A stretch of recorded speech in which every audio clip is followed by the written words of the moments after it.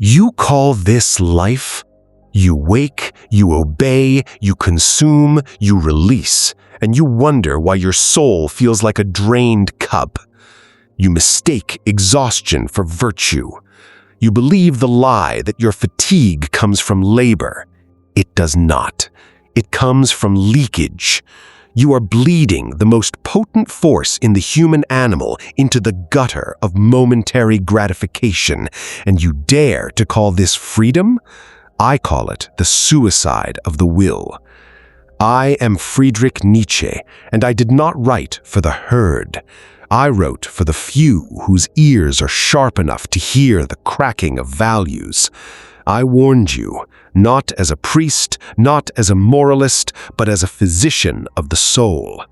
I told you that when you use the energy of desire merely for pleasure, it ceases to grow and begins to wither. And what no one explains to you, what the modern world buries under its pornography of comfort, is that this same energy, when consciously directed, transforms into a focus that cuts like a blade, an ambition that laughs at obstacles, and a creative fire that reshapes the very clay of existence. Look around you. I saw this century coming before the first factory chimney blackened the sky. I saw the rise of the last man, the blinking, satisfied creature who has tamed himself into mediocrity.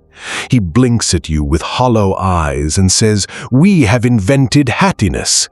But his happiness is the contentment of the grazing animal, not the ecstasy of the creator who births new worlds from the chaos of his own depths.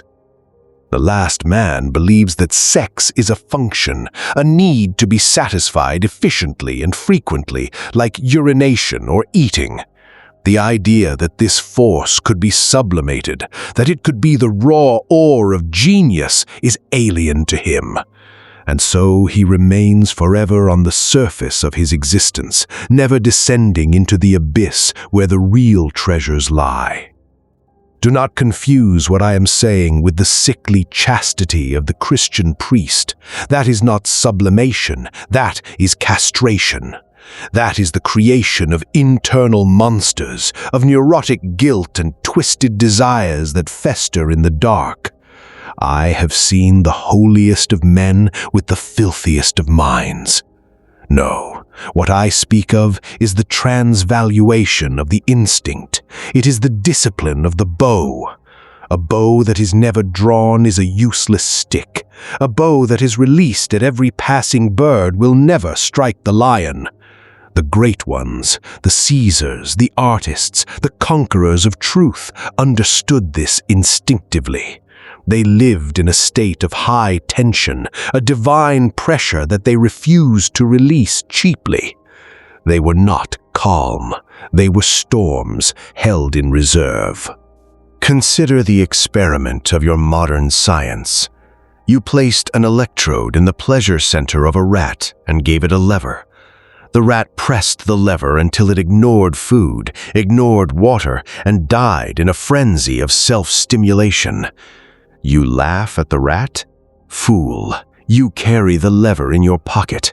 You scroll through infinite novelty, infinite access, infinite release, and you wonder why your soul feels empty. You have built a civilization that is a direct shortcut to the dopamine center, bypassing all the hardship and struggle that forge the spirit. You are not the master of your pleasure. You are its slave. You are not the scientist in this experiment. You are the rat, and the algorithm is your lever. This is my diagnosis. The degree and nature of a man's sensuality reaches up into the ultimate pinnacle of his spirit.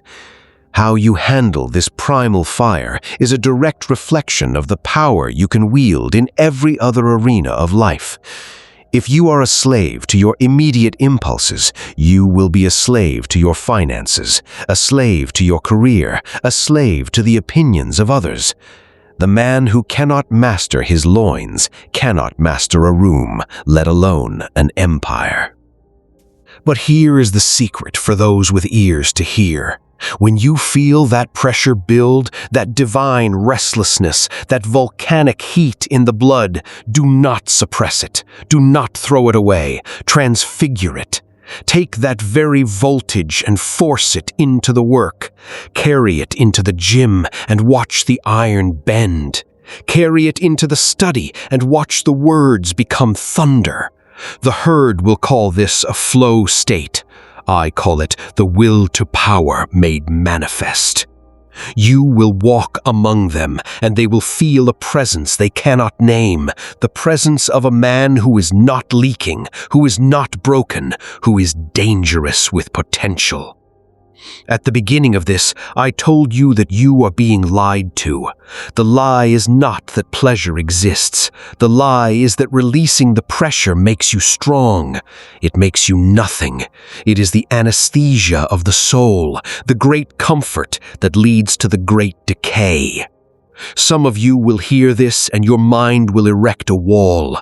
You will call this madness or scroll away to the next comfort. You are the last man and your lever is waiting. Others will feel a cold wind from the peaks, a terrifying and exhilarating awareness that you have been squandering the very substance of creation. You know what you have been burning. The question I leave you with is this: are you ready to endure the tension, to become the bow that is drawn back so far it threatens to break, and in that wholly unbearable pressure finally become who you are?